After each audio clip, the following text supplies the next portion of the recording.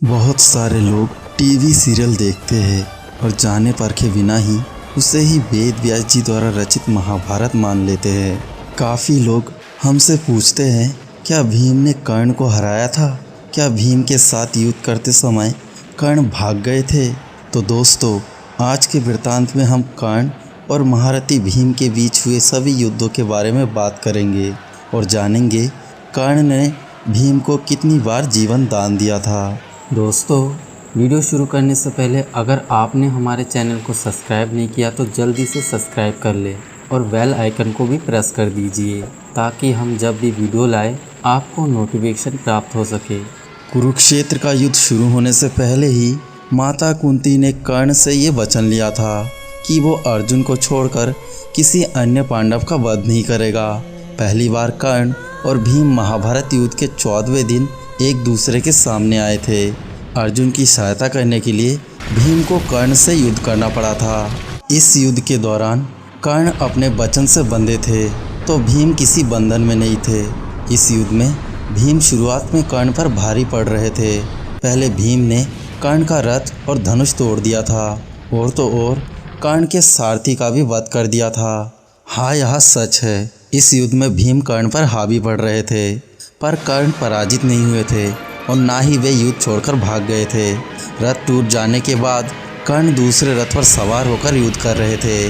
महाभारत के रचयिता वेद व्यास जी ने खुद लिखा है कि इस युद्ध के दौरान कर्ण माता कुंती से वचनबद्ध होने के कारण जानबूझकर भीम पर कमज़ोर प्रहार करते थे, तो भीम क्रोधपूर्वक मजबूत प्रहार करता था। इस बात का प्रमाण महाभारत के द्रोण पर्व के 104 और 106वें अध्याय में मिलता है। ये युद्ध काफ़ी देर तक चला। शुरुआत में कर्ण ने कमज़ोर प्रहार किए, किंतु जब भीम ने 21 कौरवों को मार दिया तब कर्ण क्रोधित हो गए। उन्होंने भीम के रथ को तोड़ दिया और कर्ण का उग्र स्वरूप देख भीम का सारथी रणभूमि छोड़कर भाग गया था। भीम ने तब कर्ण पर जोर से छलांग लगाई, लेकिन कर्ण इससे बचते हुए नीचे कूद पड़े। फिर कर्ण ने भीम पर भेदक बाण चलाए और भीम को अत्यधिक घायल कर दिया। अब भीमसेन जान चुके थे कि अब उनकी खैर नहीं। भीम कर्ण को पीठ दिखाते हुए भागकर मरे हुए हाथी के पीछे जा छिपे, लेकिन कर्ण अपने बाणों से हाथियों को भेद देते हैं, तो भीम अनेकों जानवरों को उठाकर कर्ण पर फेंकने लगते हैं, लेकिन कर्ण सभी मरे हुए जानवरों को नष्ट कर देते हैं। अब भीम की मृत्यु केवल एक तीर की दूरी पर थी। वेद व्यास जी कहते हैं, यहीं पर महारथी कर्ण ने भीम को जीवन दान दिया था। इसका वर्णन द्रोण पर्व के 114वें अध्याय में मिलता है। भीम को ना मारते हुए कर्ण रथ से नीचे उतरकर भीम के पास गए। तब भीम ने उनका धनुष छीनकर उनके सर पर प्रहार किया। यह सब देखकर कर्ण हंसने लगे। फिर उन्होंने बड़े ही आसानी से भीम से वापिस धनुष को छीन लिया और भीम के गले में डालकर उन्हें रणभूमि में दूर तक घसीटने लगे। दूसरा युद्ध कर्ण और भीम के बीच दूसरा युद्ध अगले ही दिन यानी कुरुक्षेत्र के युद्ध के 15वें दिन हुआ था। कर्ण और भीम एक दूसरे के सामने थे। इस बार कर्ण अपने घातक तीरों से भीम का धनुष तोड़ देते हैं और उसके सारथी को भी मार देते हैं और रथ को भी भस्म कर देते हैं।